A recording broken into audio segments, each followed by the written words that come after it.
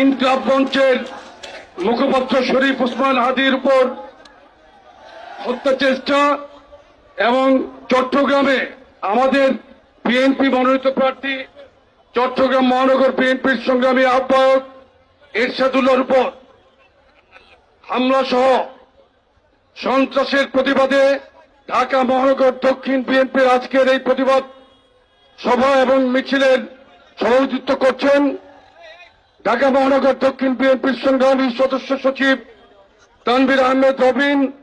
প্রধান অতিথি হিসেবে উপস্থিত আছেন ঢাকার গণমানুষের নেতা সাবেক মেয়র মন্ত্রী সাবেক সংসদ সদস্য বিএনপি জাতীয় স্থায়ী কমিটির অন্যতম সদস্য জনাব মির্জা আব্বাস।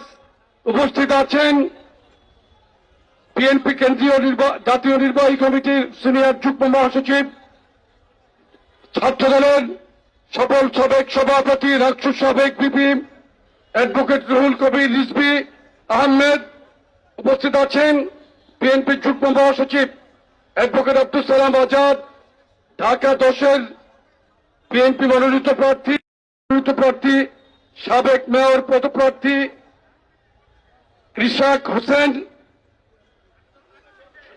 সহ অন্যান্য নেতৃবৃন্দ। আসসালামু আলাইকুম। তফসিল ঘোষণার পরের এই যে সন্ত্রাসের ঝনঝনানি, এটা কিন্তু পূর্ব পরিকল্পিত এবং একটি ধারাবাহিক, যে যারা বাংলাদেশে ডেমোক্রেসির পরিবর্তে মবক্রেসি চালু করছে তাদেরই চক্রান্তের ফসল এটা। এই যে মব কালচার, এই মব কালচারের মাধ্যমে বাংলাদেশকে যে অশান্ত করার পরিকল্পনা তারা করছে, কোনদিনই বাংলাদেশের মানুষ সেটাকে কিন্তু গ্রহণ করছে না। বিএনপি বরাবরের মতো সবসময় কিন্তু বিশ্বাসী। বিএনপির ভারপ্রাপ্ত চেয়ারম্যান জনাব তারেক রহমান উনি কিন্তু 5ই আগস্টের পরে কিন্তু বলেছেন, পরাজিত শক্তি যদি বিজয়ীর কাছে নিরাপদ বোধ করে তাহলেই কিন্তু বিজয়ীর আনন্দ। আমরা কিন্তু মানবিক রাজনীতি করছি, কিন্তু যারা গুপ্ত রাজনীতি করেছে এবং আওয়ামী সন্ত্রাসের রাজনীতি, গুপ্ত সন্ত্রাস এবং আওয়ামী সন্ত্রাস কিন্তু একাকার হয়ে গিয়েছে। নির্বাচনকে বানচালের এই অপচেষ্টাকে বাংলাদেশের মানুষ কখনো গ্রহণ করবে না। গতকালকে আপনারা দেখেছেন বিএনপির সম্মানিত একজন সিনিয়র নেতা যিনি ঢাকাতে মেয়র ছিলেন,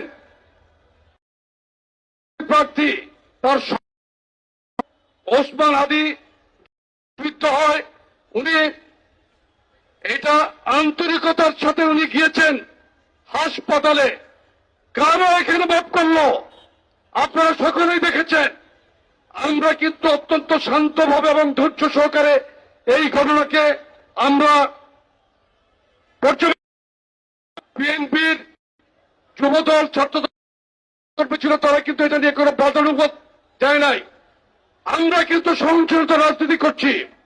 আমাদের সিনিয়র নেতৃবৃন্দদের সাথে আপনারা বেয়াদবি করবেন, আমরা চুপ থাকবো, এটা কিন্তু আপনার চিন্তা। সন্ত্রাসকে আমরা কিন্তু রাজনৈতিকভাবে মোকাবেলা করব। গতকালকে রাতে আমাদের যে তাৎক্ষণিক বিক্ষোভ মিছিল ছিল, সেখানে আমরা বলেছি যে যুবদল মাঠে আছে, সন্ত্রাসের বিরুদ্ধে মাঠে থাকবে। আমরা কাউকে মব সন্ত্রাস করে কিন্তু আমরা মব সন্ত্রাসের বিরুদ্ধে কিন্তু আমরা আমাদের অবস্থান পরিষ্কার। আমরা আর কাউকে ছাড় দেওয়ার সুযোগ নাই। দেয়ালে পিঠ থেকে গেছে। মবক্রেসি থেকে বাংলাদেশকে আমরা ডেমোক্রেসিতে নিয়ে যাব ইনশাল্লাহ।